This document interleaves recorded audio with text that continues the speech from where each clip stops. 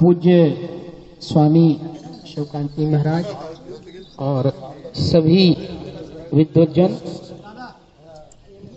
सभी के हृदय में स्थित परमात्मा को हम नमन करते हैं।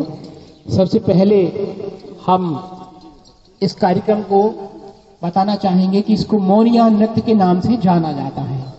भगवान श्री कृष्ण ने इस नृत्य का सृजन किया था। क्यों किया था? गौवंश को बचाने के लिए और गौवंश की महत्ता समाज में प्रतिपादित करने के लिए ही इस नृत्य का सृजन किया था।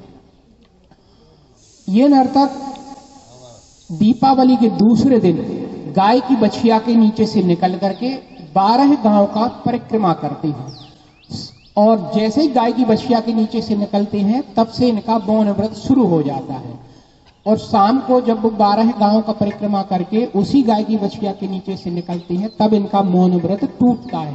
इसलिए इसको मोरिया नृत्य कहते हैं। ऐसा क्यों किया भगवान कृष्ण ने?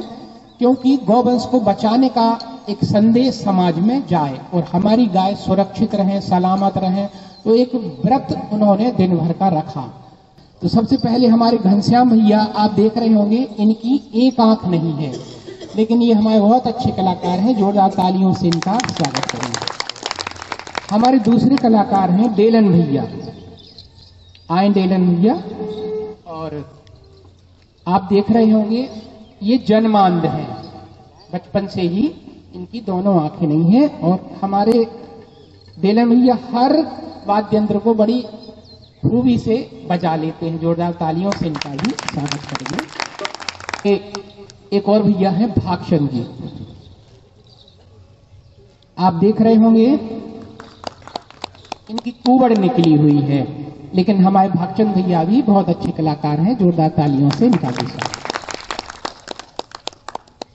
राम जी भैया,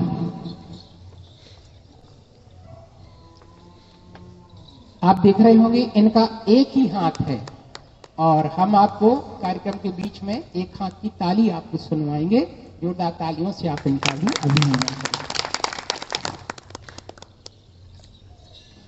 हमारे गणेश भैया, आप पोलियोग्रस्त हैं, उनके पैरों से नहीं चल सकते हैं, लेकिन हाथों से ये बड़ा सुंदर नृत्य करते हैं। इनका भी आप स्वागत करें।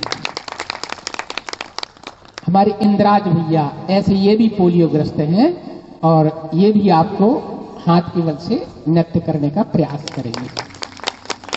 अब हमारे ब्रजेश भैया, इधर आए ब्रजेश।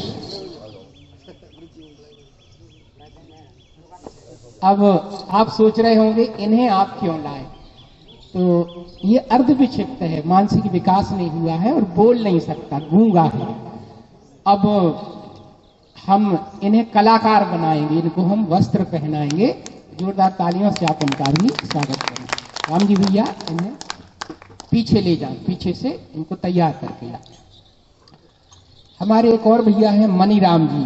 आप देख रहे होंगे इनकी उम्र 75 वर्ष है। इस उम्र में लोग पहुंचते पहुंचते और हाथ पैर कांपने लगते, लेकिन आप देखना बड़ा सुंदर मृदंग ये बजाते हैं। और अभी जब हम लोग आ रहे थे तो 2 दिन पहले आप फिसल के गिर गए, तो दिखाए चोट लगी है। कोई बात नहीं। हाँ, ये इसमें हाँ इनको 9 टाँके डले हुए हैं, लेकिन जज्बा इनका ऐसा है कि इन्होंने कहा नहीं, तो मैं तो स्वामी जी के दर्शन के लिए जरूर जाऊंगा। ऐसे हमारे कलाकार, क्योंकि भगवान के साथ भी इसी प्रकार की टोली रहा करती थी। आपने भगवान का सबने चरित्र देखा है, लीला देखी है। कोई सूर सखा, श्याम सखा है जिसकी दोनों आंखें नहीं है, कोई एक मन सुखा है जो ऐसा टेढ़ा टेढ़ा चलता है। भगवान ने एक सामाजिक समरसता का भाव कि समाज में कोई भी हो वो हमारे लिए उपयोगी है कहीं ना कहीं से, और वो भी सम्मान का पात्र है, उसके लिए भी सम्मान की अभिलाषा है, उसकी भी अपनी इच्छाएं हैं, वो भी अच्छे से जीना चाहता है। तो इस दृष्टि से भगवान कृष्ण की लीलाओं का अवलोकन करते हुए भी हमने ऐसी टीम चुनी है। सब अलग अलग गांव के हैं और सबको जैसे ही पूज्य स्वामी जी का फोन हमारे लिए पहुंचा तो हम लोगों ने, चलो हम लोगों का सौभाग्य है कि तो हरिद्वार में पहुंच जाएंगे, कुंभ में आ जाएंगे और स्वामी जी के और आप सबके दर्शन भी हो जाएंगे और कार्यक्रम भी हम लोग जैसा जानते हैं वैसा आप लोगों के सामने प्रस्तुत करेंगे। ये पूरे वाद्य यंत्र हैं, ये सब भगवान कृष्ण के समय के 5200 वर्ष पुराने ये हमारे वाद्य यंत्र हैं और सब वाद्य यंत्रों का अपना अपना आध्यात्मिक पक्ष है। हमारे वाद्य यंत्रों का हम आपको बताएंगे कि क्यों भगवान ने ऐसे वाद्य यंत्रों का सृजन किया। वाह हमारे ब्रजेश भैया, आइए जरा अब आप देखें, इधर आए ब्रजेश भैया, इधर इधर आए। अब आप बड़े अच्छे लग रहे हैं, लेकिन भैया इसको उनको टीका लगाओ यार और माला भी पहनाई जाए। टीका लगाए इनको। वाह ब्रजेश भैया, अब आप बहुत अच्छे लग रहे हैं। अब आप इस चीज का गौर करें कि वाह माला आपने देखा होगा एक वो ऋतिक रोशन की फिल्म थी, कोई मिल गया शायद, है ना, उसमें तो उनने अभिनय किया ऋतिक रोशन, लेकिन ये अभिनय नहीं है, ये हमारा जो कलाकार है ये वास्तविकता है। जैसे वो हंस रहा है तो वो ऐसे करता ही है, उसको ये नहीं कि हम लोगों ने कुछ सिखाया है, क्योंकि अब वो अर्ध विक्षिप्त है, लोग उसको पागल कह के चिढ़ाते हैं गांव में। लेकिन अब ऐसा रहता है, यहाँ जैसे माला पहना दी, अब स्वामी जी को तो कोई भी माला पहना सकता है, जो हमारे महात्मा बैठे, दीदी बैठी, सब लोग, लेकिन ऐसे लोगों को कोई माला पहनाए तो ये क्या करते हैं, जब घर जाते हैं तो फिर उतारते नहीं इस माला को, पहन के सो जाते हैं और घर में कोई कहता माला उतार, कहते नहीं नहीं मैं नहीं उतारूंगा, मुझे पहनाई गई है, मतलब उसका मूल्य समझते हैं। अब करवा लाएं, इसके आध्यात्मिक पक्षों को थोड़ा सा और हम बता दें ताकि आपको नृत्य पूरी तरीके से समझ में आए। इसको करवा कहते हैं और ये हमारे गणेश जी भाई साहब,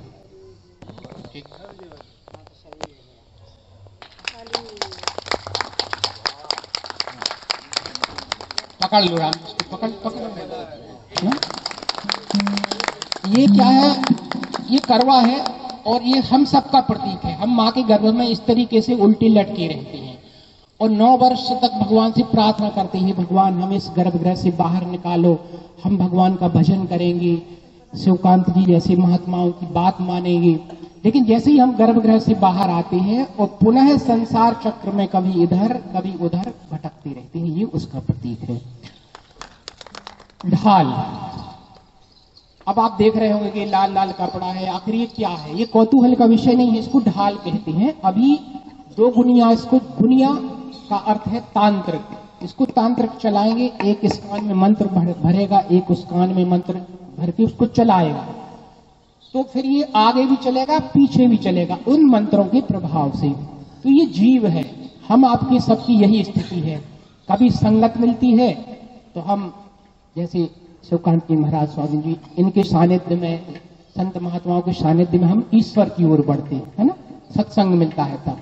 फिर जब हम संसार में सांसारिक लोगों के चक्कर में आ जाते हैं तो हम फिर संसार में भटकते रहते हैं। बस यही क्रम चलता रहता है। कभी इनकी बात मान के भगवान की तरफ चलते हैं, फिर सोच लेते अरे अरे क्या, वो तो आलस आने लगता है, तो फिर संसार की ओर भटकने लगता है। तो पूरा नृत्य जो हमारा पूरा अध्यात्म का प्रतीक है।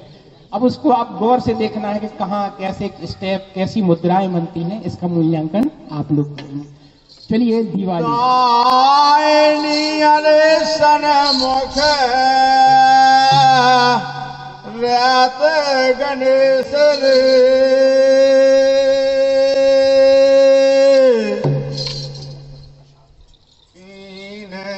जगा रखे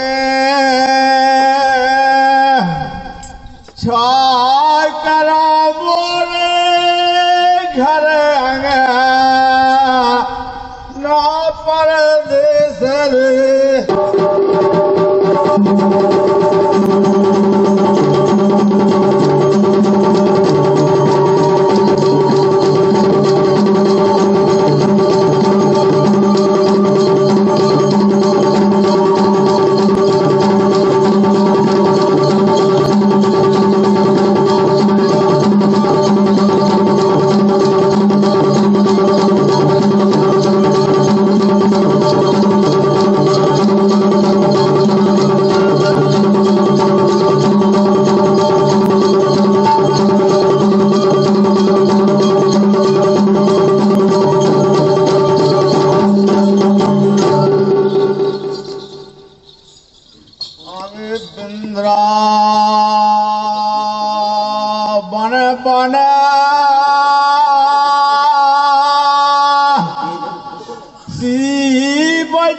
अरे बोले तीन ही लोग रे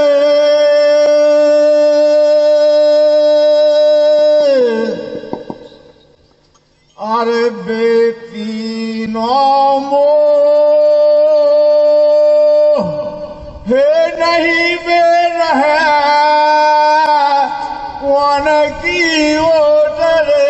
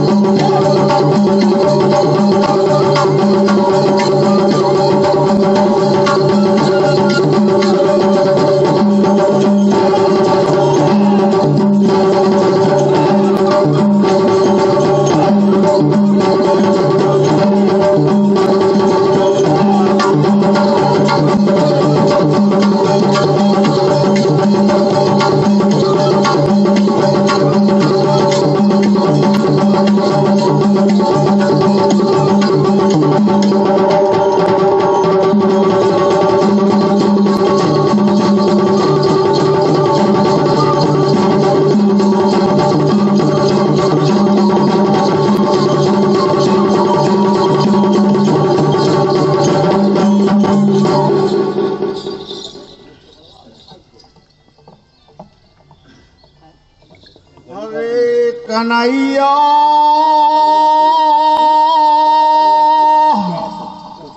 का कहे को जाने तुम्हारे छर छंद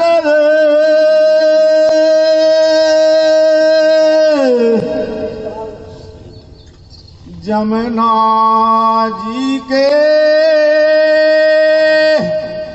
घाट पे नच रहे थे गोपियों संग रे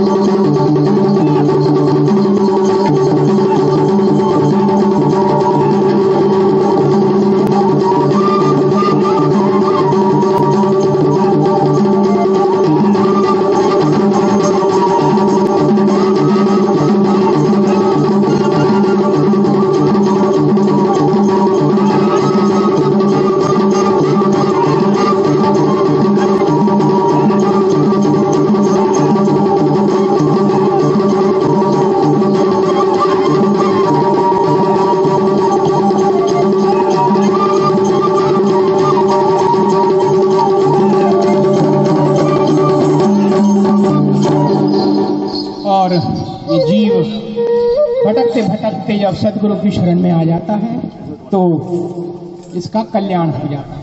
चलिए एक और दिवाली।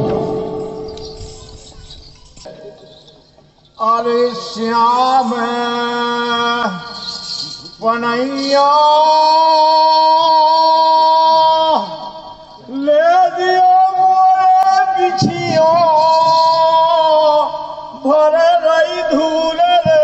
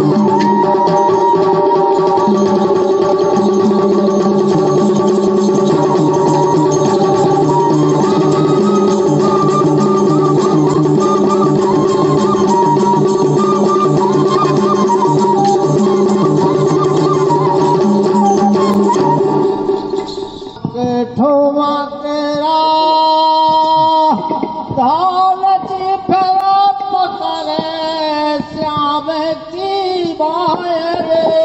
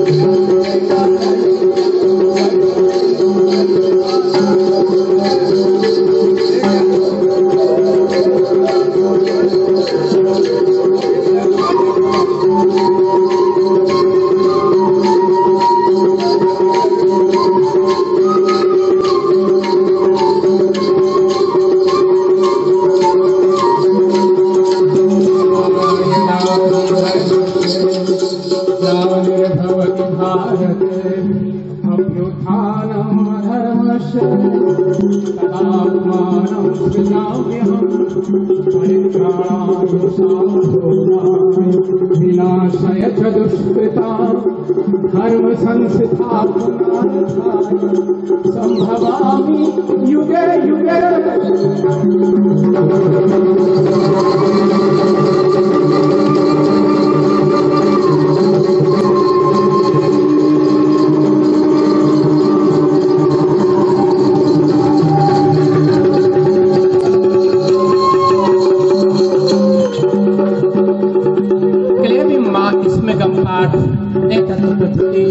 क्षुद्रम हृदय गौरयम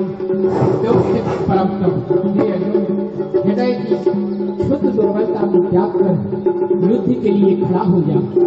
देहेश्वर यथा देहे कुमारम यौवनम जरा तथा देहांतर प्राप्ति धीरः तत्र न मोहति। हे अर्जुन, जैसे इस देह में बालक, फिर युवा, फिर प्रौढ़, फिर वृद्धावस्था ठीक शरीरांत के पश्चात पुनः नया शरीर धारण करना पड़ता है। ना अस्ते विदिते भाव, ना अभाव विदिते क्षत। उपयोग मैं ये नहीं कहता, इसका अंतर तत्वदर्शियों ने भी देखा है। या एनम वेत्ति हंतारम यश्चा एनम मन्यते हतम उभो तो न बिजानी तो नायम हंति न हन्यते। हे अर्जुन, जो इस आत्मा को मारने वाला या मरा हुआ समझता है वो दोनों ही नहीं जानते, क्योंकि आत्मा ना मारा जाता है और ना मरता है। ना जायते मृते वा कदाचित् नायम भूत्वा भविता वा न हुआ अजो नित्य शास्त्रो हम पुराणों न हन्यते हनुमाने शरीर। शरीर के नाश होने पर आत्मा का नाश नहीं होता, ये तो सनातन और पुरातन है। वसांसी जीनानी यथा विहाय नवानी ग्रहणाति नरः पराणि तथा शरीराणि विहाय जीनानी अन्यानि संयाति नवानि देहि। हे अर्जुन, जिस प्रकार मनुष्य पुराने वस्त्रों को त्याग कर नया परिधान धारण करता है, ठीक उसी प्रकार ये जीवात्मा पुराने जन्मों के संस्कारों को लेकर नया शरीर धारण करता है। नैनम छिद्दन्ति शस्त्राणि नैनम दहति पावकः न च एनम क्लेदन्त्यापो न शोषयति मार्तः। हे अर्जुन, शस्त्र इस आत्मा को काट नहीं सकते, अग्नि इसे जला नहीं सकती, वायु इसे सुखा नहीं सकती, जल इसे गीला नहीं कर सकता। अच्छेद्योऽयम् अदाद्ययम् अक्लेद अशोच्योचः नित्य है, सर्वगत है, स्थान सनातन। हे अर्जुन, ये सनातन और सदैव रहने वाला है, अचल है। अव्यक्तोऽयम् अचिन्त्योऽयम् अविकार्य मुच्यते तस्मात् एवं विदित्वा एनम न एनम सोचतम अहर्षि। हे अर्जुन, ये अव्यक्त है, चित्त और चित्त की लहरों से परे है, अतः चित्त का निरोध करते हुए भी इसका दिग्दर्शन किया जाता है, इसलिए शोक का कोई कारण नहीं। अथचा एनम नित्य जातम नित्य चा मन्यते हतम तथापि त्वं महाबाहो न एनम सोचतम अहर्षि। यदि तू इसे नित्य जन्मने और नित्य मरने वाला भी समझता है तो भी तेरे शोक का कोई कारण नहीं। क्योंकि जातस्य हि ध्रुवः मृत्यु ध्रुवं जन्म मृतस्य च तस्मात् अपरिहार्याय न एनम सोचतम अहर्षि। जिसका जन्म होता है उसकी मृत्यु होती है, और जिसकी मृत्यु होती है उसका जन्म होता है। तो जो होता ही है उसके लिए क्या सोच करना। अव्यक्त अदीनि भूतानि व्यक्त अज्ञानी व्यक्त मध्यानि भारत है अव्यक्त निधनानि नेव अन्या तत्व का परिवेदना। हे अर्जुन, हम और आप सबके शरीर जन्म से पहले अव्यक्त थे, मृत्यु के पश्चात पुनः अव्यक्त हो जाएंगे। इसलिए जो होता है इस बिना उपाय वाले शोक का कोई कारण नहीं है। हतोवा प्राप्ति स्वर्गम जित्वा भाभोग से मही तस्मात् उत्तिष्ठ कौन्ते युद्धाय कृत निश्चय। हे अर्जुन, यदि इस युद्ध में तू लड़ते हुए मारा जाएगा तो स्वर्ग में जाएगा, और यदि तू जीत जाता है तो महान स्थिति को प्राप्त करेगा। अब थोड़ा सा आप लोगों के पास आता हूं। भगवान ने कहा यदि तुम लड़ते लड़ते यदि वीर गति को प्राप्त हो गया तो स्वर्ग मिलेगा, और यदि जीत जाएगा तो पृथ्वी का राज मिलेगा। लेकिन यहाँ बड़े बड़े महात्मा लोग बैठे हैं। अर्जुन पहले ही कह चुका है कि हे प्रभु, मुझे तीनों लोगों का राज्य नहीं चाहिए। तो भगवान यदि उसे एक लोक का राज्य दे रहे हैं, जीतने पर पृथ्वी दे रहे हैं और मरने पर स्वर्ग, तो भगवान उसे क्या दे रहे हैं? कुछ नहीं दे रहे ना। तो ये जो गीता है सबके लिए है। भगवान ने कभी युद्ध की बात नहीं की। उस युद्ध के माध्यम से भगवान ने महिम, महिम का अर्थ पृथ्वी नहीं, महिम का अर्थ महान स्थिति अर्थात आत्मा की स्थिति दिलाने की बात भगवान कर रहे हैं, ना कि कोई पृथ्वी का राज्य। पृथ्वी का राज्य तो कई लोगों को मिला नहीं मिला, और जिसके पास मिला भी वो चला गया। तो भगवान उस अव्यक्त स्थिति की बात कर रहे हैं। सुख दुख समाकृत्वा लाभा लाभो जया जय तथा युद्धाय युज्यस्व न एवं पापम अवाप्यसि। हे अर्जुन, सुख दुख हानि लाभ को समान समझकर युद्ध के लिए खड़ा हो जाओ। अब पुनः आपके पास आता हूं। भगवान कहते हैं हानि लाभ सुख दुख को समान समझकर युद्ध के लिए खड़ा हो जाओ। इसका अर्थ ये है, अर्जुन के समक्ष तो युद्ध की स्थिति थी, आप और हमारे सामने तो कोई युद्ध की स्थिति नहीं, लेकिन भगवान ने कहा युद्ध कर। तो क्या भगवत गीता अर्जुन तक ही सीमित रही? क्योंकि अर्जुन ही लड़ रहा है, हम और आप तो नहीं लड़ रहे। अर्जुन के सामने भी वही स्थिति, हम और आपके सामने भी वही स्थिति है। युद्ध क्या है? यही संघर्ष है। पूज्य स्वामी जी बैठे हुए हैं, ऋषि मनीषी बैठे हुए हैं। जब ये घर से निकले होंगे संन्यास के लिए, तो इनके सामने भी यही युद्ध की स्थिति रही है। क्या करें, घर जाएं, सब है, माता पिता, भाई बहन, घर परिवार, रिश्ते नाते, यार मित्र, इनमें रहेंगे, गपशप करेंगे, इनके साथ सारे सुखों का भोग भोगेंगे। लेकिन फिर युद्ध हुआ, नहीं नहीं, ये सब क्षणिक है, ये सब नाशवान है। आत्मा ही सत्य है, परमात्मा ही सत्य है, हमें उस तरफ जाना है। तो ये द्वंद्व सबके जीवन में, आपके हमारे सबके जीवन में ये द्वंद्व चलता रहता है। जब भी हम ध्यान या भगवान की ओर बढ़ना चाहते हैं, आप लोग यहाँ आए अपना घर परिवार छोड़ के, जैसे ही ध्यान करेंगे, सारा 5 मिनट का ध्यान कीजिए, घर परिवार, माता पिता, पत्नी, बच्चे, सब कुछ, सारे रिश्ते नाते, सब दिमाग, बस यही युद्ध है। इसी युद्ध को हमें जीतना है। कैसे जीतेंगे? उठाओ तलवार और सबको काट दो। अब आप लोग प्रश्नवाचक दृष्टि से हमारे स्वामी जी की तरफ देख रहे होंगे। आपने अच्छे लोग बुलाए, वो कह रहे हैं पूरे घर परिवार को काट दो। इसका आशय ये नहीं है। अज्ञान जनित जो आसक्ति है उसको ज्ञान की तलवार से उसको काट दो। अगर ईश्वर पथ में बढ़ना है तो जो आसक्ति का त्याग, भगवान आसक्ति को काटने को फेंक रहे हैं। जबकि अर्जुन तो संन्यास ले रहा था, लेकिन भगवान ने कहा नहीं नहीं, कर्म करो। तो जो आसक्ति है परिवार में, घर में, माता पिता में, अर्जुन के सामने ही तो पूरा सारा समुदाय खड़ा है, इसके गुरु खड़े हैं, माता पिता, भाई बहन, सारे रिश्तेदार, भाई, ताता, चाचा, ताऊ, पितामह, सब तो खड़े हैं। उन्होंने कहा ज्ञान जनित जो आसक्ति है उसको ज्ञान की तलवार से सबको काट दो, तब आप ईश्वर पथ पर अग्रसर हो सकते हैं। आवश्यक नहीं है कि हम स्वामी जी जैसा ही परिधान धारण करें। आप घर में रहकर भी आसक्ति रहित अगर कर्म करेंगे, ईश्वर पद का चिंतन करेंगे, तो आप निश्चित ही एक दिन आपका कल्याण होगा। इसलिए गीता सार्वभौमिक है, सबके लिए है। धर्म जाति पंथ से परे का ग्रंथ है, सबके लिए, सन्यासियों के लिए तो है ही, और हम और आपके लिए है। क्योंकि स्वल्पाचरण कौन करता है? गृहस्थ ही तो करते हैं। ये तो कर्म कर रहे, कर्म अर्थात आराधना ये तो कर ही रहे, निंदार योग कर रहे, साधना कर रहे, भगवान का चिंतन कर रहे, आत्म उत्कर्ष के लिए कर रहे। लेकिन हम और आप भी तो स्वल्पाचरण करते हैं, आत्मा से ही आत्मा में संतुष्ट है, ऐसा मुनि स्थित प्रज्ञ कहलाता है। ये प्रभु मुनि कौन है? मन सहित जिसकी इंद्रियां मौन हो चुकी हैं वो मुनि है। दुखेशु अनदिन मना, सुखेशु विगत स्पृहा, वीत राग भय क्रोधा स्थित ही मुनि उच्चते। हे अर्जुन, सुखों के प्रति जिसकी स्पृहा नहीं है, दुखों से जो विचलित नहीं होता, वीत राग भय क्रोध जिसके दूर हो चुके हैं, वह मुनि या साधक कहलाता है। हे प्रभु, मनुष्य अपने श्रेय साधन से नीचे क्यों गिर जाता है? अब भजन तो करना चाहते, ईश्वर की ओर बढ़ना चाहते, लेकिन बाधा क्या है? ध्यायते विषयान पुंसः संगस्ते सुख जायते, संगात संजायते कामा, कामात् क्रोधो अभिजायते, क्रोधात् भवति सम्मोहात्, सम्मोहात् स्मृति विभ्रमा, स्मृति भ्रंशात् बुद्धिनाशो, बुद्धिनाशात् प्रणश्यति। हे अर्जुन, विषयों का चिंतन करने से उन विषयों के प्रति आसक्ति हो जाती है, आसक्ति से कामना उत्पन्न होती है, कामना में विघ्न होने से क्रोध उत्पन्न होता है, क्रोध से विशेष मोह उत्पन्न होता है, और मोह से स्मृति में भ्रम आ जाता है।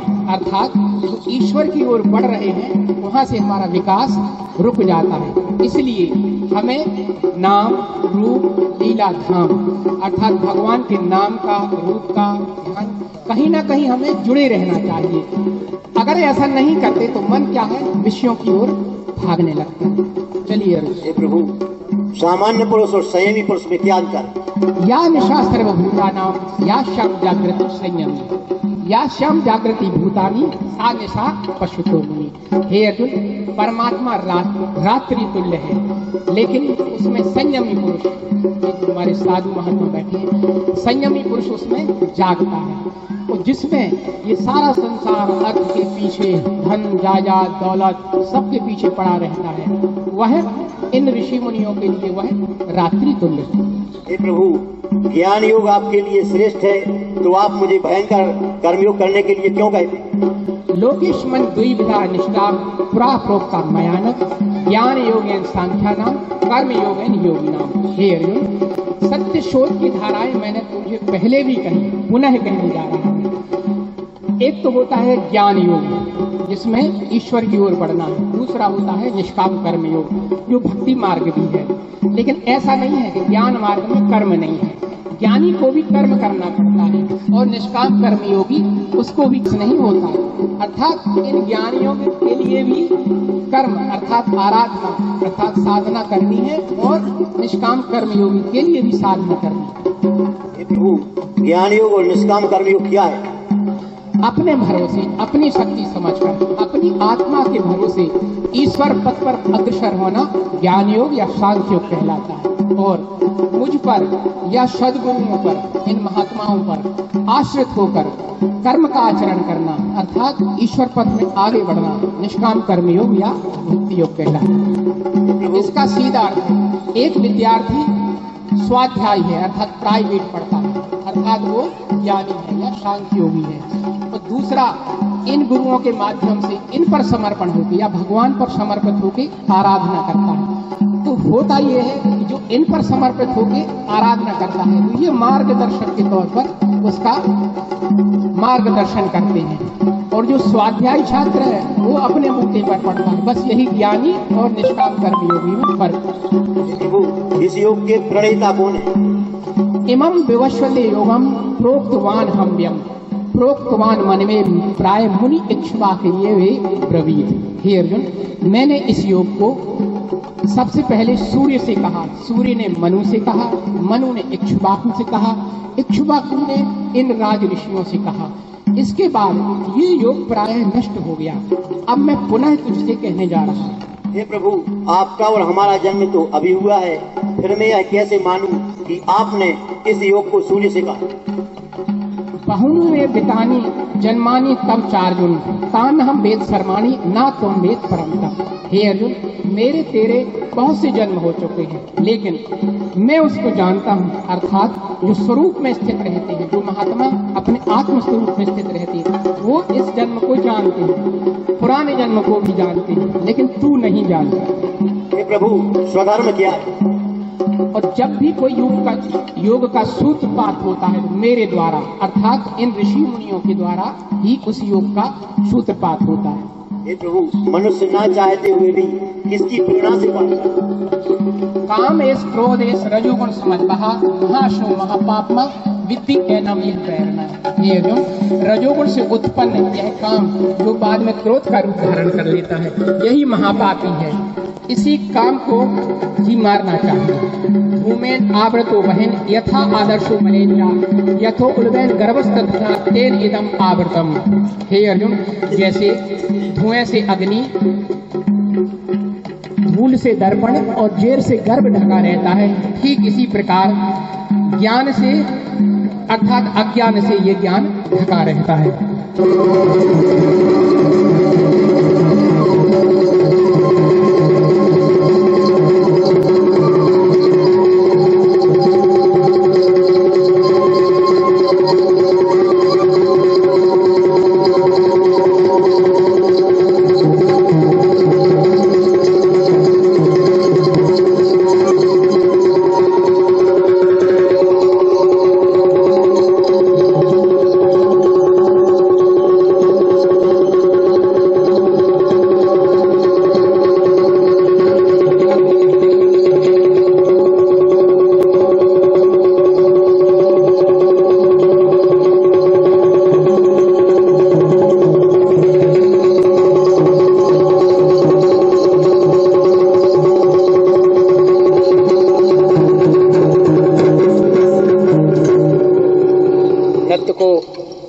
आगे बढ़ाते हुए अभी आपने देखा कालिया का मान मर्दन। हमारे ऋषि मुनि कहते हैं कि 1000 मुख वाला कालिया था, सहस्त्र उसके फन थे। ठीक है, चलिए, भगवान कृष्ण का जन्म या अवतार 5200 वर्ष पहले हुआ था। एक कालिया था जो यमुना से भगवान ने उसको पृथक कर दिया था। क्यों कर दिया था? क्योंकि वो प्रदूषण फैला रहा था, जहर फैला रहा था। भगवान चले गए, कालिया चला गया। अब हम और आपका भी दायित्व बनता है, हम और आपको भी कृष्ण बनना पड़ेगा, क्योंकि हम भगवान के ही तो अंश हैं। अरे हम अकेले भगवान के अंश नहीं हैं, आप सभी तो भगवान के अंश हैं। आज भी हमारी नदियां उतनी ही प्रदूषित हो रही हैं। हमारी पवित्र गंगा, यमुना और नर्मदा, ऐसी कितनी नदियां हैं जो अपवित्र हो रही हैं। शोर प्रदूषण है, ध्वनि प्रदूषण है, आतंकवाद रूपी कालिया है, कितने कालिया हैं, जातिगत भेदभाव रूपी कालिया है, वर्ग भेद रूपी कालिया है, राजनीतिक विद्वेष रूपी कालिया है, इतने सारे कालिया है। अगर आप गिनती करने लगो तो 1000 कालिया आज भी हैं जो हमारे पूरे समाज को डसने के लिए घूम रहे हैं। क्या करना है? हमें कृष्ण बन के और इन कालियों का फन हमें कुचलना है और इनको प्रदूषण से मुक्त करना। ये जो कालिया का मान मर्दन, ये इसकी शिक्षा है। भगवान ने मात्र कोई नृत्य करके कोई ऐसा नहीं, उसके पीछे बड़ा आध्यात्मिक और सामाजिक कारण जरूर रहा है। चलिए, अभी आपने रथ देखा, ये शरीर ही रथ है, इंद्रियां हैं वो घोड़े हैं। अब आपने देखा होगा हमारे रथ में 2 इंद्रियां, एक पागल था, कलाकार जो घोड़ा था पागल था, एक नेत्रहीन था जो अंधा था। अब आपसे पूछना चाहता हूं, पूज्य स्वामी जी भी बैठे हुए हैं, हमारी जो इंद्रियां हैं विषयों के प्रति अंधी और पागल रहती हैं, इतनी अंधी हो जाती हैं विषयों के प्रति कि फिर हम इन महात्माओं का उपदेश हम भूल जाते हैं, गौड़ हो जाता है। तो क्या करेंगे? इन महात्मा को हमारी जो मन रूपी लगाम है इनको सौंप दो। ये हमारे मार्गदर्शक हैं, ये हमें बताएंगे हाँ तुम यहाँ गड़बड़ हो, यहाँ तुम्हें माया प्रेरणा दे रही है, अब थोड़ा सा और ऊपर चढ़ो, फिर भटक जाओगे, इसलिए थोड़ा और साधना करो, थोड़ा और साधना। इसलिए स्वामी जी ने शायद यहाँ आप लोगों को बुलाया है कि भाई कम से कम हमारा आपका सबका मार्गदर्शन करें। तो हमें इन ऋषि महात्माओं के, इन साधु महात्माओं के सानिध्य में रह के इस शरीर रूपी रथ को हमें इस संसार से मुक्त होकर और अपने आत्म स्वरूप में स्थिति दिलाना। ये कृष्ण और अर्जुन का संवाद। यहाँ कृष्ण मात्र वो कृष्ण नहीं है, या अर्जुन यहाँ कोई अभिनय नहीं है। कृष्ण यानी ये हमारे ऋषि मुनि, और अर्जुन यानी हम और आप सब। अनुराग तब भी था, अनुराग अब है। बिना अनुराग के भगवान का दर्शन नहीं किया जा सकता। इसलिए आप भी अनुरागी बनिए, अर्थात अर्जुन बनिए। जब अनुराग होगा और सब कुछ समर्पण कर देंगे, हे गुरुदेव अब आप जाने, तो आपका सही मार्गदर्शन ये ऋषि मुनि। पार्वती ने उन्हें चुनरी उड़ाई, सब कुछ बिल्कुल नारी वेश बनाया। क्यों? क्योंकि गोपी बन के भगवान को और भगवान कृष्ण के साथ भगवान शिव को रास करना, महारास। ये कोई प्रेमी प्रेमिका या लड़का लड़की का नृत्य नहीं था। महारास अर्थात हमारी जो भटकती हुई आत्मा है उसको अव्यक्त परमात्मा से मिलन वाला रास्ता। चलिए, भगवान को महाराष्ट्र में प्रवेश मिला, लेकिन भगवान से एक भूल हो गई। वो खड़ाऊं पहन करके और वो महाराष्ट्र में प्रवेश कर जाते, क्योंकि उन्हें ध्यान ही नहीं रहता कि मैं खड़ाऊं पहना।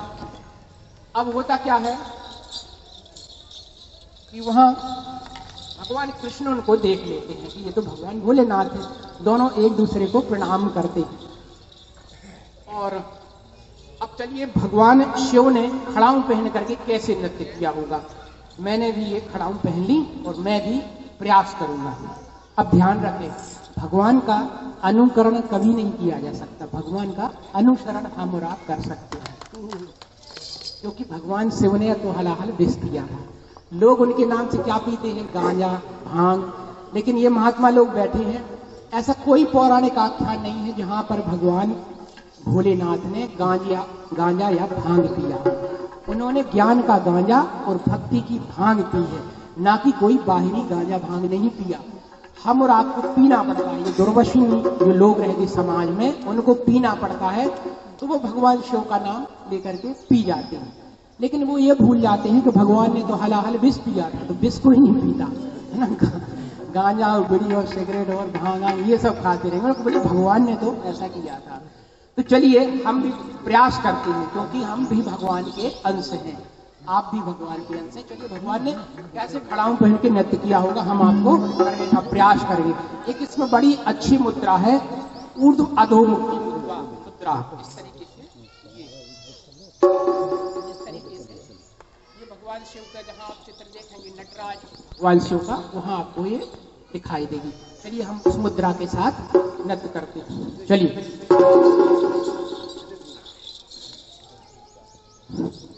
अरे हाथ जोड़ विनती करो मोरी अरजी, सो दारने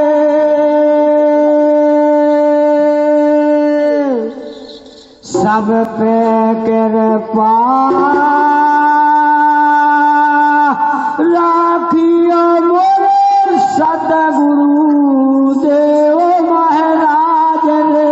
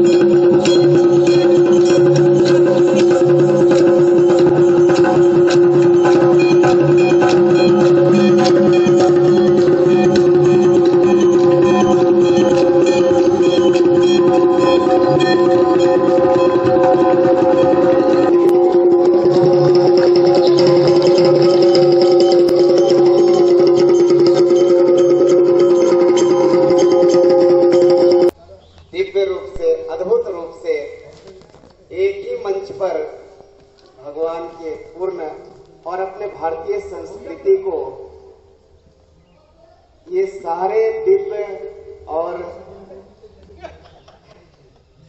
दिव्य जैसे मानो कुछ क्षण के लिए ये दिव्य लोक बन गई हो, और हम सबको ऐसा लग रहा था कि पृथ्वी लोक में नहीं है, हम सब भी भगवान के लोक में पहुंच गए हैं। उस आपने ये सब जो देखा आप ही की कृपा और मार्गदर्शन का प्रभाव है ना। और हमारा जो वेश है कृष्ण का, तो उसमें कोई झूठ बोलने का तो कोई प्रश्न ही नहीं है। मैं हृदय से आभारी हूँ अपने स्वामी शिवपाल जी का, आप सबका। और भले यहाँ दर्शकों की संख्या कम हो, लेकिन हमें इतना विश्वास है, भगवान के रूप में खड़ा हूँ, कि आप लोग 1-1 हजार का प्रतिनिधित्व करते हैं।